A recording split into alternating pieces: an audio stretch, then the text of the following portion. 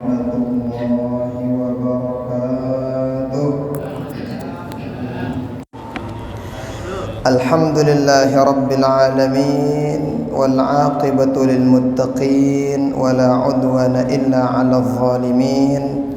Ashhadu an la ilaha illallah al malikul haqqul mubin wa ashhadu anna sayyidana wa maulana Muhammadan 'abduhu wa rasuluhu shadiqul wa'dil amin. Allahumma salli ala sayyidina Muhammadin fil awwalin wal akhirin wa salli ala sayyidina Muhammadin fil mala'il a'la ila yaumiddin wa salli ala sayyidina Muhammadin fi kulli waqtin wa hin. Rabbi shrah li sadri wa yassir li amri wahlul 'uqdatam min lisani yafqahu qawli, amma ba'du. Yang hormati segenap guru-guru tiang, semua pengurus masjid, tokoh agama, tokoh masyarakat, kepada Bapak Kepala Desa Aikmal, segenap jamaah ibu bapak tiang rahimani wa rahimakumullah, hafizakumullah. Kita bersyukur pada Allah Subhanahu wa taala pada malam yang berbahagia ini kita masih diberikan nikmat oleh Allah, rizki yang sangat luar biasa, rizki yang paling mahal, yaitu diberikan kesehatan, dan kesehatan itu kita gunakan bentuk syukur kita gunakan dalam amal soleh.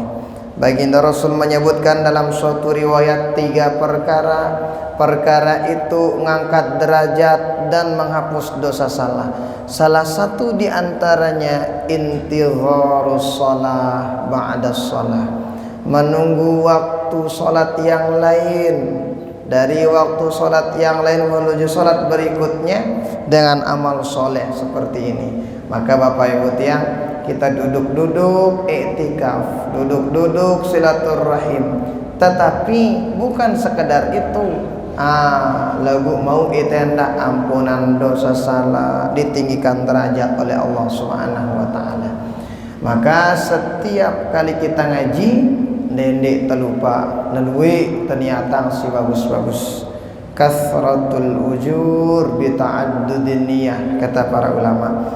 Amun temele, kalau pengen amal ibadah kita dilipat gandakan oleh Allah, maka salah satu cara kita adalah perbanyak niatnya, tentunya niat yang bagus-bagus.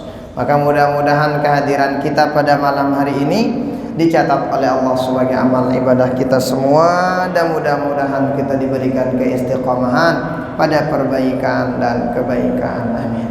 Salawat beriring salam kita hadiahkan kepada baginda Rasulullah sallallahu alaihi wasallam dengan ucapan Allahumma shalli ala sayyidina Muhammad wa ala ali sayyidina Muhammad. Mudah-mudahan kita semua yang hadir, yang berniat hadir, ada uzur, mendengarkan di rumah, menyaksikan dimanapun berada, mudah-mudahan kita semua mendapatkan syafaat beliau di dunia sampai akhirat. Amin amin ya rabbal alamin. Bapak Ibu tiang jamaah rahimani wa rahimakumullah, hafizakumullah. Para ulama dalam kitab karangan Imam Az-Zarnuji itu dijelasin, ilmu itu ada 2 modelnya. Ada ilmu bimanzilatit ta'am yahtaju ilaihi kullun nas. Ada ilmu itu dibutuhkan bagi setiap manusia. Jadi ilmu itu seperti makanan yang kita butuhkan pada diri kita.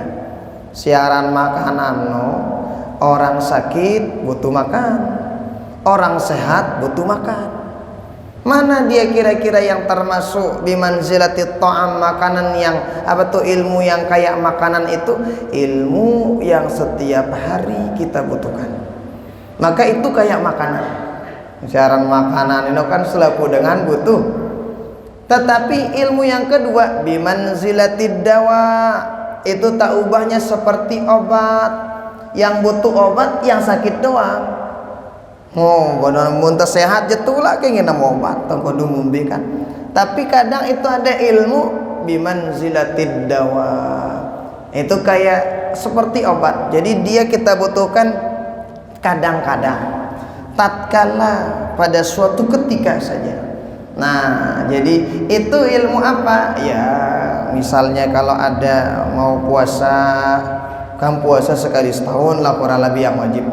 Nah, jadi ndak semua kita wajib tahu lah. Nah, jadi itu kayak obat begitu. Nah, maka insya Allah pada malam hari ini kita baca bareng-bareng itu ada beberapa ilmu bimanzilatit ta'am yang senantiasa dibutuhkan bagi setiap orang. Nah, apa itu? Ini kita baca malam hari ini. Ada beberapa kekeliruan yang kadang mungkin tidak sengaja dilakukan ketika dalam sholat. Nah, jadi kekeliruan ini ada kekeliruan ketika sholat sendiri, ada kadang kekeliruan ketika sholat berjamaah. Nah, jadi kekeliruan sini ini yang kita baca insya Allah. Yang pertama ini kekeliruan ketika sholat sendiri. Ini sholat fardu, sholat sunat beda. Mana biasanya kadang kita keliru. Satu diantaranya at-tahawun fis sholat, yaitu menunda-nunda sholat fardu. Ini kadang kesalahan yang kadang, mohon maaf, banyak orang yang nganggap ini sepele. Padahal Bapak Ibu tiang, dalam kitab itu dijelasin ada fima yamna'ur rizq. Ada beberapa hal yang ngebikin rizki itu kesumbat datangnya. Yang ngebikin rizki itu ternyata susah datang. Jadi Bapak Ibu, rizki itu susah datang bukan karena ndekna begoyan. Bukan sekedar itu. Kalau hanya itu kita bilang dong berarti anak jarin teh si masih bejik sino dia nagin mau rezeki. Kenapa? Enggak pernah begoyan dia, enggak pernah kerja. Jadi kalau dalam kitab itu kurang lebih ada banyak perkara-perkara yang ngebikin rezeki itu sumpak. Padahal kerjaannya itu wahna begoyan, tesna begoyan, lengan pagi sampai malam. Dia tes bekerja dari pagi sampai zuhur. Ya pada doang mau nekepeng. Kayaknya ada yang keliru cara mencarinya.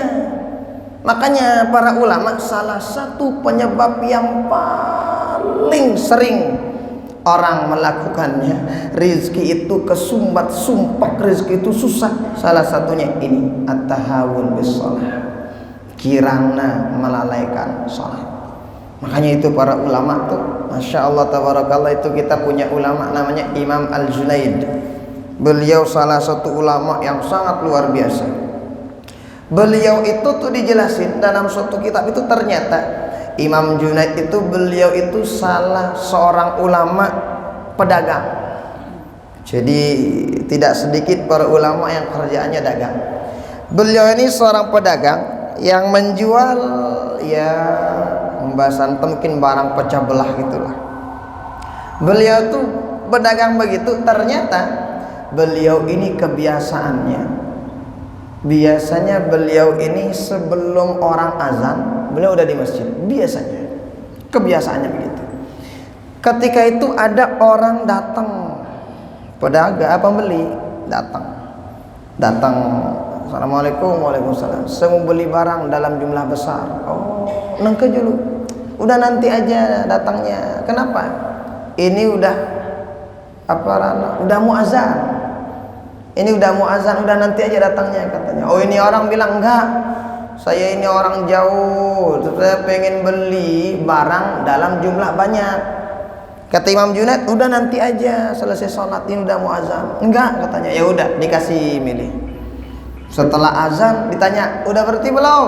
Belum katanya. Masih deh neman kamat, masih lama kamatnya. Setelah itu udah berhenti? Enggak, sudah berhenti. Ditanya, mana barang yang perlu gue beli? Ah, ini. Barangnya bagus, barangnya mahal. Setelah itu Imam Junaid ngapain? Ini ya barang yang perlu gue pengen beli. Iya, wahai penjual katanya. Ya udah diambil tuh barang, dipecahin. Apa kata Imam Junaid? Ini yang bikin saya sial hari ini. Wanita jendi kan, pecah. loyan beli gitu. Mun beliau aja ini yang bikin sesial, dibuang tuh barangnya. Kenapa? Padahal beliau kalau ngejar pun masih bisa sholat jamaah, masih nebukan sembahyang jamaah, dakak pun nesade dengan sinu berega masih. Tetapi karena kebiasaannya, itu tandanya apa? Itu tandanya ngajarin kita para ulama tuh santer isinya perhatian sholatnya. Nah, ini kadang kita keliru, mohon maaf. Betul barang-barang itu anda sebagai bija pelunggu, kita barang-barang perbaiki yang kurang-kurang itu. Itu ngaji diri tendakan. Nah, sehingga itu para ulama begitu. Ada salah seorang ulama juga kerjaannya tukang kandik kayu lah. Kandik kayu. Beliau padahal akan naiknya kandik nandang ini. Nagin tinggal diayunkan ke depan. Tapi Allahu Akbar diayunkan begitu. Setelah itu tahu di mana tempat ayunannya. Ayunan sinu terikang dakwaan Pak Kandikna tiba mudi dijatuhin dari belakang. Apa jawabannya? Saya tidak mau di catatan malaikat, saya masih ngerjain yang lain sedangkan orang udah azan. Menurut takutang pada para ulama ini. Ya, mungkin kita nggak seperti itu, ya, tetapi paling tidak yang penting kita sudah tahu bagaimana cara para ulama menjaga sholat. Dan kesalahan-kesalahan ini, mohon maaf, kadang begal itenggawi namanya. Nah, ini begitu barang-barang di jadinya. Ini yang pertama, yang kadang kita begitu modelnya. Nah, makanya kan kita tahu dalam Al-Qur'an itu alladzina hum an salatihim sahun, alladzina hum yura'un wa yamna'unal ma'un. Itu kita baca kok. Nah, tapi ya begitu kurang lebih. Maka oleh karena itu kayak barang-barang. Ini berlaku untuk laki dan perempuan. Pelunggu juga ibu-ibu, jangan tunda sholat. Apalagi kan ibu-ibu tuh tahu jadwalnya datang bulan. Jadi kalau tahu misalnya wah sakit-sakit tiandai dapna cat sembahyang dak peri-peri. Nah, kenapa? Karena kalau ada waktu sholat itu ditinggalkan karena hal-hal yang tidak karuan, kemudian datang bulannya padahal dia sempat untuk sholat, dia nggak sholat itu wajib diqadha. Nah, kadang itu yang kadang mohon maaf yang bikin perempuan adik-adik isi baru-baru hayat bingung ya. Maka itu wajib diketahui, itu wajib diqadha, ya wajib diqadha.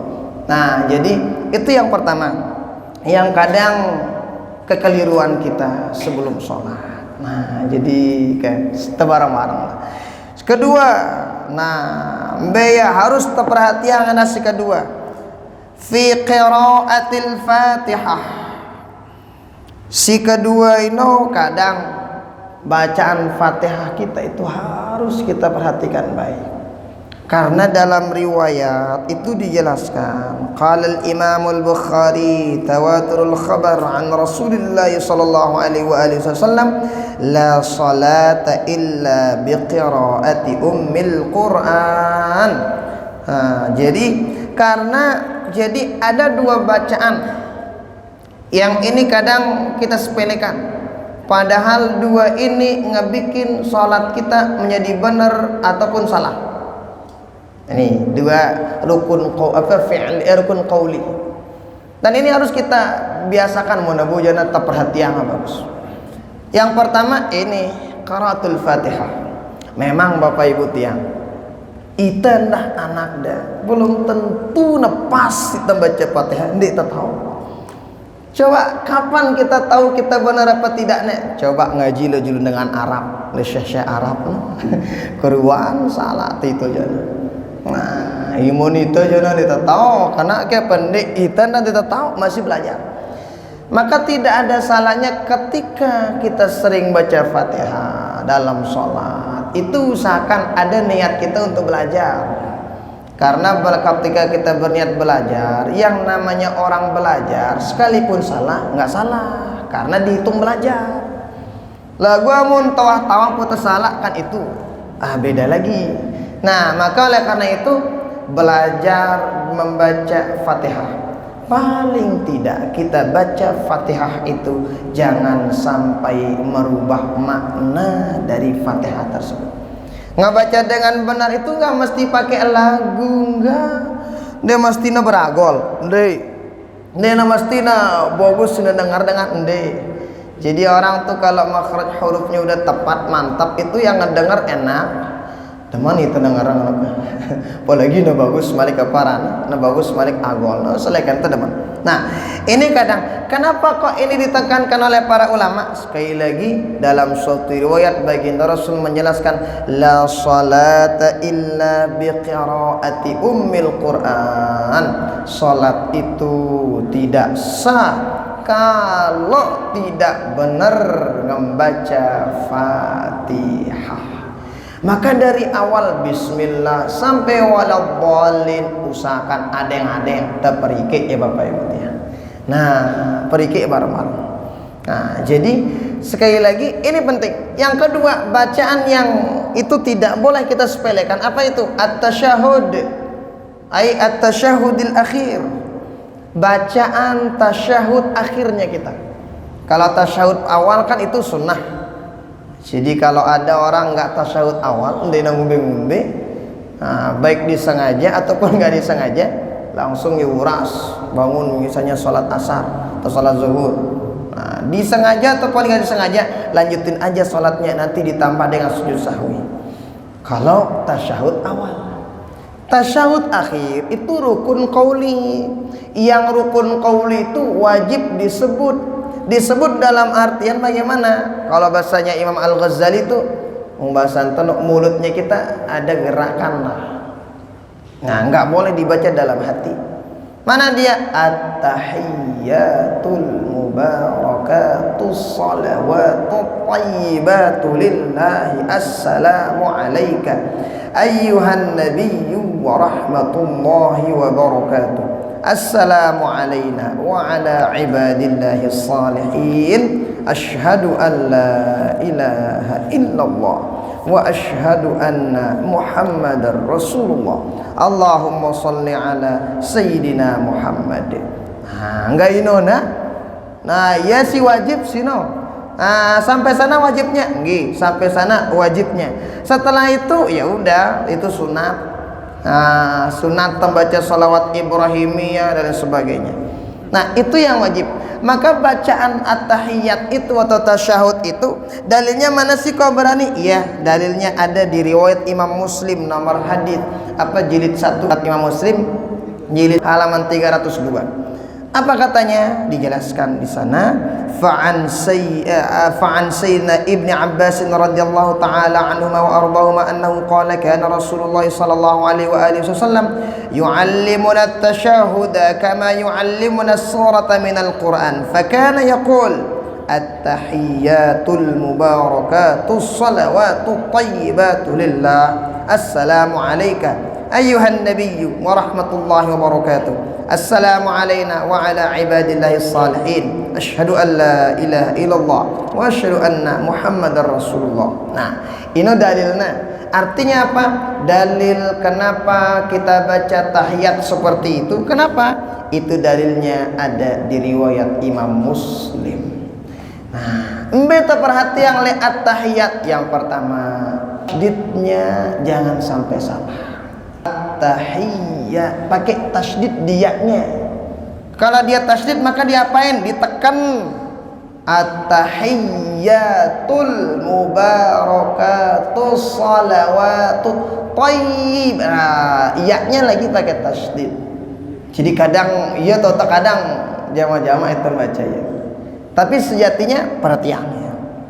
Kenapa? Seperti yang tadi, dua bacaan ini merupakan rukun dalam sholat, tasyahud dan fatihah. Maka sebagaimana kita memperhatikan bacaan fatihahnya kita, maka begitu juga kita memperhatikan tasyahudnya kita, terutama tasyahud akhir. Nah, tak perhatian yakin tiang hafal kita selalu teh. Lagun de narak salah teh Bapak Ibu tiang tersaling peringetin. Nah, saling peringetin. Supaya apa? Nah, supaya karena ini pekerjaan kita setiap hari, jadi selalu kita perbaiki dan perindah supaya Allah makin demen, salat kita makin sempurna, makin hari salat kita itu benar-benar semakin mendekati caranya bagi. Nah, salah satunya. Nah, maka Bapak Ibu tiang, Ini diantara yang kadang kita keliru dalam sholat. Nah, kalau tadi itu sebelum sholat, nunda sholat. Yang kedua, bacaan Fatihah. Maka adik-adik yang dinamati terperhatian bacaan Fatihah kita. Yang kedua yang tadi, apa itu? Jangan lupa juga, selain kita perhatikan bacaan Fatihah kita perhatikan juga bacaan tasyahud kita. Nah, ini si nomor 3 lah kurang lebih. Berikutnya, as-salatu bighairi tuma'ninatin. Kekeliruan yang berikutnya itu, ini kadang gawina sih dengan apa ini? As-salatu bighairi tuma'ninatin. Salat tidak memperhatikan tuma'ninahnya. Sering kita sebut bahwa tuma'ninah itu apa sih? Tuma'ninah itu kalau dalam bahasa kitabnya itu as-sukunu ba'da harakatin. Apa artinya? As-sukun ba'da harakatin itu berhenti sejenak setelah kita bergerak. Itu tuma'ninah. Nah, jadi tuma'ninah ini juga salah satu yang, kalau ini gerakan, kalau yang tadi bacaan, yang dua itu bacaan Fatihah atau tasyahud. Kalau yang ini gerakan, maka dia termasuk rukun fi'li dan harus kita perhatikan. Baik sendiri ataupun sholat berjamaah, baik sholat ataupun sholat fardu. Terutama papat sembahyang taraweh ndak girang macam-macam si apa rana delta si ruku tidak kadang. Nah, jangan. Kenapa? Ukurannya tuma'ninah itu adalah paling tidak kita bisa ngebaca tasbih mana-mana sekali. Subhanallah. Jadi wae. Nah, jadi jangan langsung ngeropak santai aja. Sholat itu santai. Nah, memang ada waktunya juga kita berharap waktunya tebecatan sekedi. Cuman cepat itu bukan bermakna tidak memperhatikan tuma'ninah. Memang kalau kita lihat Bapak Ibu tiang, baginda Rasul yang pernah ditegur itu sholat yang lambat, bukan sholat yang cepat. Dalam riwayat. Jadi dalam riwayat itu, tapi itu ketika jadi imam. Jadi ada namanya sahabat Mu'adz bin Jabal namanya. Ini sahabat masih muda. Ya, yang namanya anak muda kan pembahasan masih seger. Nah, sembayang sekian rakaat wah masih insyaallah beli balungna. Ketika itu Mu'adz bin Jabal jadi imam. Mu'adz bin Jabal jadi imam, ternyata panjang ayatnya Mu'adz bin Jabal. Di belakang tuh ada imam, ada makmum. Arah dengan makmum toa, ada kebutuhan macam gitu. Ya, setelah itu iya kalau bahasa kita ini makmum ini dia puas lah dengan anunya Bilal Mu'adz bin Jabal itu. Setelah itu ternyata dia laporkan model imam simbengke ia sholat waktu itu kepada baginda Rasulullah sallallahu alaihi wasallam. Kata baginda Rasul, Mu'adz, tanggorna, afattanun anta ya Mu'adz, kata baginda Rasul. Wih, lagi orang mina fitnah Mu'adz. Kenapa? Karena itu dibikin tuh, maksudnya baginda Rasul amun salat itu lihat juga keadaan makmum. Lihat keadaan makmum. Makanya kalau dalam mazhab Syafi'i yang paling berhak menjadi imam itu orang yang faham fikih, orang yang faham keadaan, orang yang tahu kapan dia panjangin ayat, kapan dia pakai kunut, kapan tidak pakai kunut, kapan dia nggak baca basmalah, kapan dia baca basmalah. Itu yang pertama jadi imam dalam mazhab Imam Syafi'i. Tentunya itu dengan hadis, bukan ngarang-ngarang. Panduannya hadis, iya. Jadi nomor 2 bacaan. Yang pertama yang faham. Kenapa? Karena kalau imamnya nggak faham, bukannya bikin sholat adam lagu mina dengan ribut.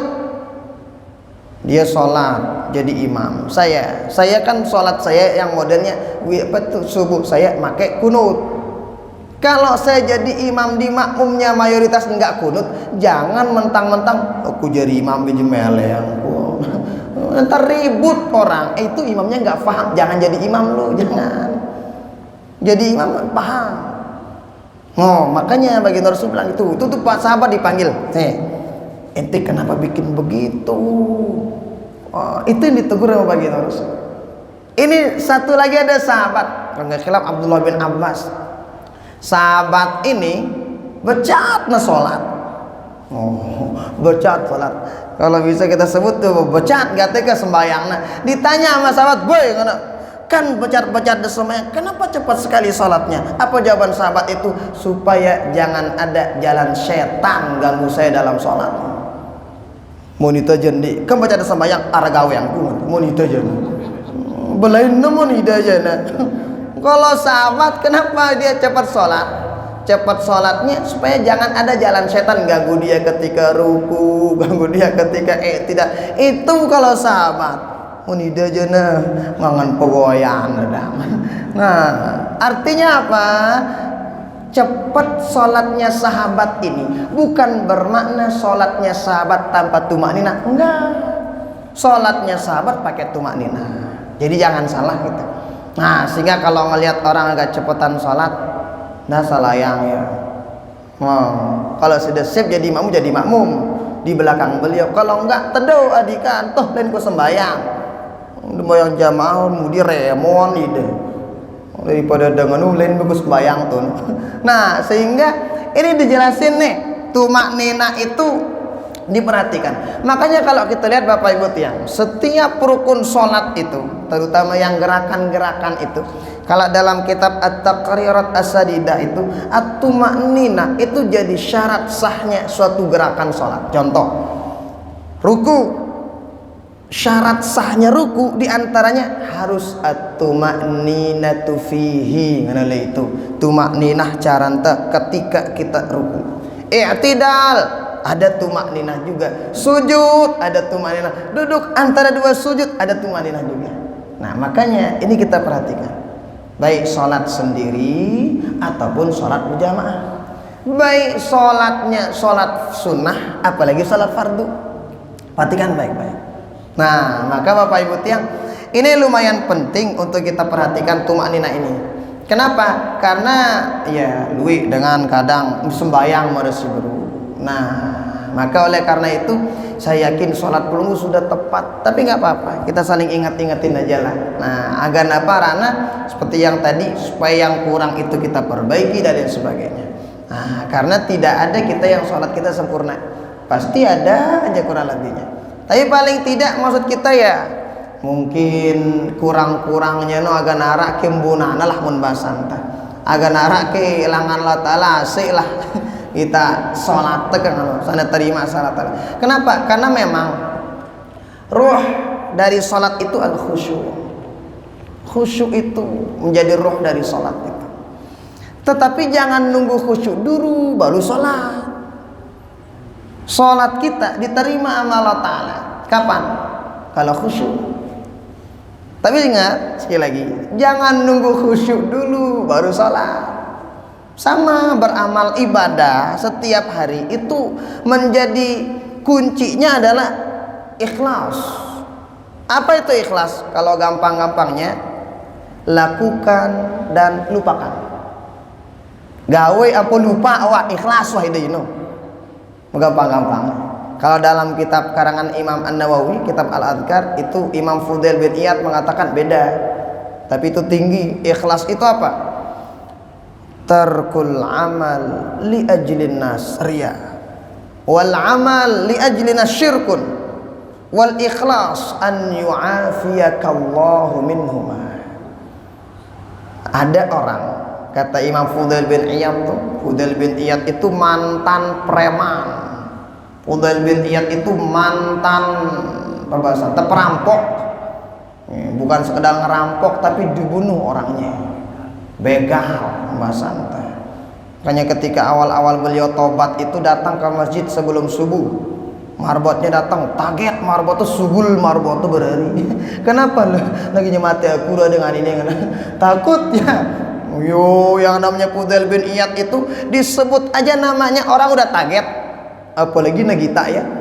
Makanya beliau tuh kurang lebih selama 40 tahun gak pernah senyum. Kenapa gak pernah senyum? Karena mengingat dosa salah yang pernah dilakuin. Baru beliau senyum kapan? Ketika anaknya meninggal dunia. Makanya orang bingung. Karubin jadi dua senyum mengenai kerja mati dan ada senyum dan darah hilang ada kan? Apa jawabannya? Iya, kemarin saya 40 tahun gak pernah senyum. Kenapa? Saya mengingat dosa salah yang pernah saya lakuin sebelum saya taubat. Saya nangis kenapa? Saya senyum kenapa? Karena dengan meninggalnya anak saya ridho menerima ketentuan Allah Subhanahu wa taala. Ia pun senyum. Beliau mengatakan apa? Orang meninggalkan suatu ibadah karena takut dikatakan ini, dikatakan itu sama orang, itu riya, kata beliau. Ada dengan lagi bersedekah, lebih tak dengan urung bersedekah. Ada orang mau sholat sunat kita ada kan di kusamal. Ah ini riya sino menurut beliau. Wal amal li ajlina syirkun. Sedangkan beramal ngerjain suatu ibadah supaya dikatakan itu, dikatakan ini sama orang, itu syirik kecil. Ikhlas itu apa? Ikhlas itu Allah Ta'ala menjaga kita dari riya dan dari syirik. Tapi gampang-gampangnya ikhlas itu adalah lakukan dan lupakan. Ikhlas jama-jama. Nah, tapi jangan nunggu ikhlas dulu baru ngaji, baru milih sembahyang, baru milih beramal. Udah beramal aja, ntar ikhlas tuh bakalan datang sendiri kok. Nah, maka itu kurang lebih maka sholat kita kayak terperhatian ya ada yang tumak ninahnya kita perbaiki. Jadi ya kurang lebih kalau misalnya kita sendiri ya boleh baca tasbihnya sampai 11 sampai 9 silakan. Tapi kalau jadi imam lihat keadaan, apalagi masjid kita kan masjid ini besar, masjid ya luwih dengan ini istirahat sholat gitu. Udah dilihat sikonnya lah kalau jadi imam. Nah itu kurang lebih. Nah ini kalau tidak diperhatikan, ini rukun-rukun aja nih. Mulai dari bacaan Fatihah, tahiyat atau at-tasyahud akhir. Kemudian tumak nina. Ini tiga ini. Kalau salah modelnya, salah sholatnya. Si telu nih. Nah ini perhatian bagus-bagus. Nah berikutnya, sigirang kadang kita ketika sholat. Ini kadang. Apa itu? Kalau sholat itu jangan, ini kekeliruan juga nih kadang. Kalau sholat itu jangan menahan BAB. Kalau sholat itu jangan nahan entut, jangan nahan kencing, jangan nahan kotoran. Makanya kalau dia mau keluar, sugulang abe dulu. Kadang kita beralasan, Allah banu PKB gak nepahala jamaah ini, kan? Bagus. Pahala jamaah siapa yang bilang gak bagus? Tetapi kan kadang nanti kalau ada orang kadang nahan kentut, kadang nahan BAB yang pun sembahyang. Nah belo sekedik, kadang belo ayat ini tiba nang gerumun mah dalam angan. Keren lah ya. Upah tak nahan kentut imam sekedi bayat biru sekedi. Nah, kadang itu begitu. Nah, kenapa kok ini dikatakan kekeliruan? Soalnya maaf, kadang duit dengan gawe. Kadang alasan kita ya itu tadi. Betul, bagus alasannya, tetapi ya dijaga-jagalah. Nah, jadi jangan ngenahan itu. Kenapa? Karena ini memang sesuatu yang sifatnya makruh. Dan ini bukan rukun, enggak Bapak Ibu. Ini bukan rukun sholat, bukan. Tetapi ini ngebikin sholat kita sempurna atau tidak. Nah, jadi ini bukan rukun sholat, ngenahan kentut, ini bukan rukun. Tetapi sekali lagi, kalau kita baca di kitab yang lain itu, dia hukumnya makruh. Kenapa makruh? Karena biasanya ini menghilangkan kekhusyuan. Biasanya menara dengan nahan penek, nahan tut, nahan ngai nano, sile otak nano apa? Biar anak selesai imam ini ya, sedangkan bacaat kita milih menek. Kayak nole otak nah, khusyuk jepiran beh wah jauh wah khusyuk no. Ya memang khusyuknya kan ya apa namanya, khusyuk itu memang tingkatan kita juga beda-beda. Nah jadi ini dihilangkan dan usahakan ada yang isi kita jauang ya, ada yang jauang pelan-pelan lah. Nah makanya itu montoah tahu diri kita girang sembahyang jamaah di masjid, atur diri kita. Nah ya atur anangai kita lah. Nah atur muna bau tatur. Tapi kalau nggak bisa diatur ya ada yang kan. Nah ini nih perhatikan juga nih. Jadi sekalipun ini perkara yang makruh, tetapi sekali lagi ini juga ngebikin salat kita sempurna tidaknya ini Bapak Ibu ya. Nah maka karena ini perkara yang sering kita lakukan ketika sholat, maka para ulama mewanti-wanti kita supaya apa? Kita perhatikan dengan baik hal-hal tersebut. Para tiang yang bagus kah? Nah supaya jangan jadi inilah sepele ini lagu, Masya Allah sering itu baik lek diri kita ataupun mungkin yang lain gitu. Tapi diperhatikan. Nah berikutnya ini yang kadang disebutin di sini apa katanya, kurang lebih artinya ini ndak tegawi ini. Beda antaranya ada orang dia bisa sholat secara sempurna, tetapi dia tidak melakukan sholat secara sempurna. Misal ini kenapa? Dia bisa ruku secara akmalur ruku, sempurna rukunya bau ya. Lagu entah kenapa sok nengen-nengen sih ruku. Secara sah rukunya sah nggak apa-apa. Tetapi kurang baik kebasan, kurang sempurna. Dia kalau ruku, kalau sujud tepat caranya sujud mampu dia. Tetapi dia nggak mau. Maka ketidakmauannya ini juga jangan ini tingonnya hilangin. Artinya apa? Ini kan menuntut kita para ulama mengajarkan kepada kita supaya sholat yang kita lakukan itu dengan sempurna dan sebisa mungkin. Ciriara dengan bajang pas, kalau dia i'tidal tepat i'tidalnya, kalau dia ruku tepat rukunya, kalau dia sujud tepat sujudnya, duduk antara dua sujud bagus sisina, tahiyatnya bagus sisina. Tetapi sok nengen-nengen si nenggawi ya, sholatnya sah kalau tepat cara ngerjainnya, tetapi kurang sempurna. Nah kumbina pun ada itu ini para ulama seperti itu, seperti yang tadi ini supaya karena ya begah kita kadang gawe sing ngenu, supaya jangan kita dendek turut-turut tang diri kita milih gawe sing ngenu itu jangan. Nah jadi ini kadang jadi misalnya si baja kita mampu sholat berdiri, maka jangan duduk. Kalau duduk sah, tapi ingat berdiri dalam sholat itu beda dalam artian apa? Begini maksudnya, kalau berdiri dalam sholat fardu, bayaran sholat fardu yang 5 waktu, zuhur, asar, maghrib, isya, subuh, atau sholat yang qadha. Ada orang sholat qadha, maka itu wajib. Makanya wajib mengatakan fardhon lillahi ta'ala. Sholli fardhos subhi misalnya, fardhol asri qadhaan, misalnya dia qadha kan. Maka kalau yang sholat qadha itu juga sholat fardu. Nah kalau berdiri dalam sholat fardu itu hukumnya wajib al-qiyamu alal qadiri, wajib bagi yang mampu dalam sholat fardu, bagi yang mampu berdiri. Namun tabau bebutang ini dalam salat fardu. Makanya dalam bab berdiri dalam salat fardu ini itu berbeda pendapat para ulama. Misal ngene modelnya, ada orang nih kalau dia salat di masjid dia duduk. Kenapa? Karena mungkin imamnya agak panjang ayatnya. Tetapi kalau dia salat di rumah dia bisa berdiri full.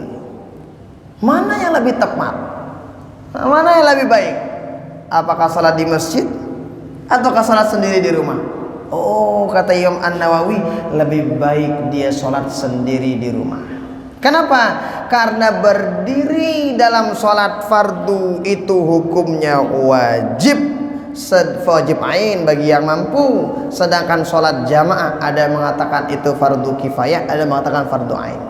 Terjadi perbedaan. Nah, makanya gitu kurang lebih. Ini kalau dalam sholat fardu. Tapi kalau dalam sholat sunat apapun, orang yang mampu berdiri dia duduk, orang yang mampu duduk dia berbaring, tetap sah sholatnya, hanya saja tidak dapat pahala sempurna. Makanya dalam kitab Fathul Qorib itu dijelasin, siapa saja yang sholat dalam keadaan duduk, falahu nisfu ajril qaim. Kalau orang yang mampu berdiri dia sholat duduk, maka dia itu dapat pahalanya setengah dari orang yang berdiri. Ada orang mampu duduk, dia berbaring, maka falahu nisfu ajril qa'id, maka sebagian setengah pahalanya itu setengah dari para orang yang duduk. Tapi ingat, ini dalam sholat sunnah. Tarawih misalnya, Allah hitam butang wah tokol wani nang ngombe taruh ide bisa besi batur bare bajang ya tokol yang nang ide kan. Mun de salat mesa-mesa le bale je bau so de tokol dalam bala ite. Nah, jadi boleh, tapi ingat ini kalau salat sunat. Misal sudah sholat tasbih sendirian di rumah, nggak bisa berdiri karena kecapean, berdirinya duduk. Nenang umbe. Cuman disuruh kita di sini, ini kadang bahasa banyak kita yang ditegawi. Nah lah, makanya disebut oleh para ulama supaya apa? Memperingati kita ketika mampu berdiri, ya udah bismillah kita lakuin dengan berdiri. Nah, ini kurang lebih. Maka oleh karena itu kekeliruan yang semacam ini kita barang-barang merikena Bapak Ibu tiang. Nah, karena ini setiap hari kita melakukannya, maka kita barang-barang seperti yang tadi ya, kayak ilmu yang sifatnya seperti makanan itu seleputa butuh. Nah, seleputa butuh, seleputa melet, semua orang milih. Nah, ini termasuk diantaranya. Maka ini diantara kekeliruan. Nah, masih luwih kekeliruan dalam sholat itu diantaranya, diantaranya kekeliruan dalam sholat. Ini memang hukumnya makruh. Apa itu al-iltifat fi sholat? Ini apa? Iltifatino basanta andang itu. Hadap kanan, hadap kiri, andang atas, no? Hah? Liulai bahasa tuh ya. Liulai karena andang itu hadap kiri kanan. Hadap bawah kan itu udah bagus. Maksudnya hadap selain bawah, hadap atas. Itu aja kita ambayang. Kita bidadari terik golengan atas. Nah, itu nggak boleh. Kenapa? Memang dalam secara hukum fikihnya sholat itu kan yang penting tuh dada kita kan ada kiblat, hadap kiblat, dada. Ini kepala mau hadap mana aja. Itu kalau dalam kalau kita ngebahas tentang sah ndekna tetap sah. Cuman kan ya bangun bibir wandangan sembayangan dang itu kan. Nah, itu nggak boleh.